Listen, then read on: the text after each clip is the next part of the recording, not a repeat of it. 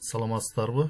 Компьютериңизде Windows 10 операциялык системасы орнотулган болсо, аны кантип Windows 11 операциялык системасына алмаштыруу керек? Компьютерге Windows 11 операциялык системасын орнотуу үчүн компьютердин оперативдүү жүйеси минимум 4 гигабайт болуш керек. 4 гигабайттан жогору болсо дагы жакшы болот. Windows 11-ге алмаштыруу үчүн Chrome браузерин ишке киргизебиз. Браузерди ишке киргизгенден кийин адрестик жолчого скачать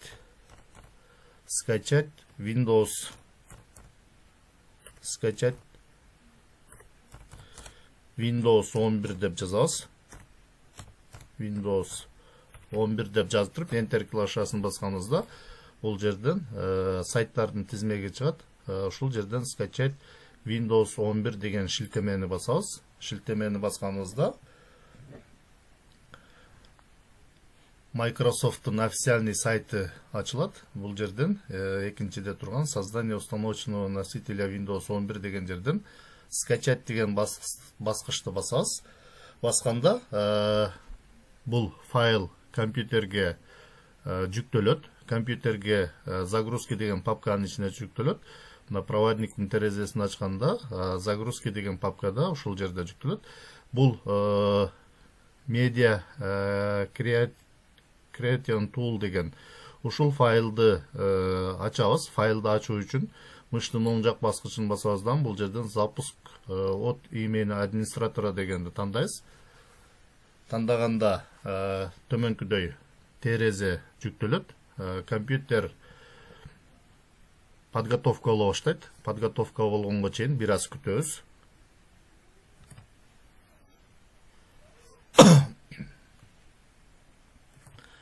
Андан кийин бул жерден лицензиянын шарттарына макулбуз деп принять деген баскычты басабыз. Басканда компьютер дагы подготовкалоо баштайт.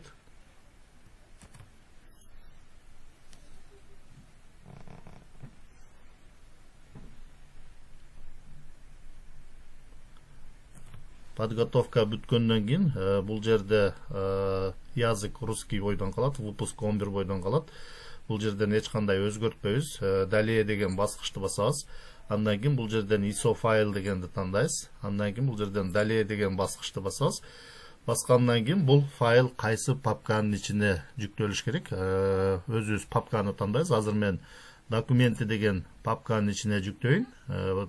Демек, бул файл ушул документи деген папканын ичине жүктөлөт. Файлдын аталышы Windows деп турат. Биз бул жерге файлдын аталышын Windows 11 деп коелу, кийин адашып калбаш үчүн.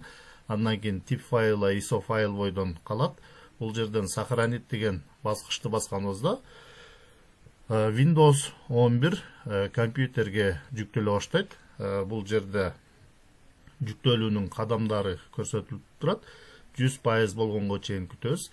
Эгерде сизде интернет жакшы болсо тез жүктөйт. Ал эми интернет жай болсо бир канча убакытты талап кылышы мүмкүн. Ошондуктан күчтүү болгон интернетке кошуп алып аткарсаңыздар тезирээк жүктөлөт.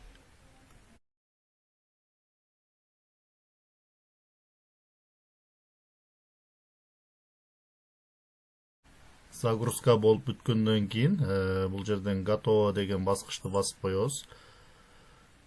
Андан кийин бул файл мына документи деген папканын ичине сактадык, кечиресиздер. Демек, файлдын образын алдык. Файлдын образын алгандан кийин бул файлды распаковка кылышыбыз керек.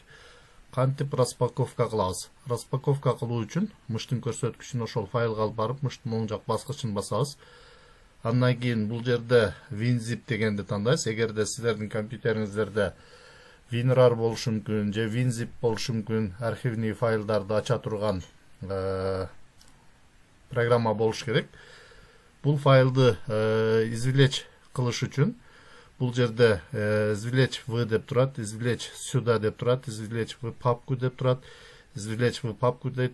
Өзүңүздөр каалаган папканын ичине извлечь кылып алсаңыздар болот. Азыр мен ушул документи деген папканын ичине эле извлечь болуш керек. Ушул папканын ичине извлечь кылуу үчүн извлечь сюда деген баскычты басабыз. извлечь сюда деген баскычты басканыбызда бул файлды ушул жакка распаковка кылып берет. Мына азыр распаковка болуп атат. ISO файлыбыз бир аз күтөбүз.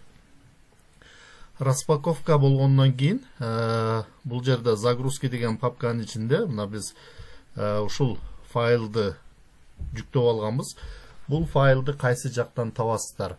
Бул файлды мен видеонун описаниясына ссылканы жүктөп коёмун. Ошол ссылка аркылуу компьютериңиздерге жүктөп алсаңыздар болот. Жүктөп алгандан кийин бул файлды копировать этебиз. Копировать эткенден кийин жанагы распаковка кылган файлдарга кайтып барабыздан бул жерден source деген папканы ачабыз. Мына source деген папканы ачып туруп, ушул папканын ичине вставить этип көчүрөбүз. Вставить. Эгерде бул жерден заменить файл в папке назначение деген жазуу чыкса, ушул заменить файл в папке назначение дегенди басып коебуз. Андан кийин кайра артка кайтабыз, назад деген баскычты басып. Андан кийин бул жерден setup деген файлды ачабыз. Setup деген файлды ачтык. Ачкандан кийин установка Windows 11 башталат. Ушундай болуп жүктөлөт. Бул жерден настройки скачивания обновления программы установки деген жерден настройкасын өзгөртүшүбүз керек. Бул жерди басабыз дагы. Не сейчас дегенди белгилейбиз. Андан кийин далее деген баскычты басабыз.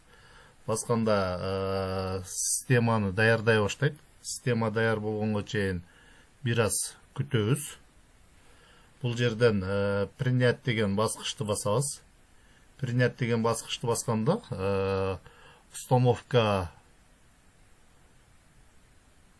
кылуу үчүн компьютердин дискини текшере баштайт. Бир аз күтүп турабыз. Андан кийин бул жерден изменить выбранные для сохранения компоненты деген шилтемени басабыз. Шилтемени басканда бул жерде эгерде сиздин компьютериңиздеги файлдар өчүп калбасын десеңиз, сохранить личные файлы и приложения деген жерге көзөнөкчө коюп коесуз. Ошондо сиздин эч кандай файлдарыңыз, приложенияларыңыз өчпөстөн Windows 10 операциялык системаңыз Windows 11 операциялык системасы менен алмашылат. Эгерде бул жерден сохранить только мои личные файлы десеңиз, личный файлдарыңыз гана калат, калганын баардыгы өчөт. Эгерде ничего не сохранять дегенди белгилеп туруп уланта турган болсоңуз, анда баардык файлдарыңыз, программаларыңыз өчүп жаңыдан установка болуп калат. Ошондуктан өзүбүздүн личный файлдарды жана приложенияларыбыз өчпөсүн десек, биринчиде турганды белгилейбиз дагы. Андан кийин далее деген баскычты басабыз. Далее деген баскычты басканда установканы баштоону баштайт. Установка болордон алдын компьютердин дискин текшерет. Компьютердин диски Windows 11 орнотулуш үчүн минимум 64 гигабайттан аз болбош керек. Windows 11'di компьютерге орнотуу үчүн эми бул жерден установить деген баскычты басып коебуз.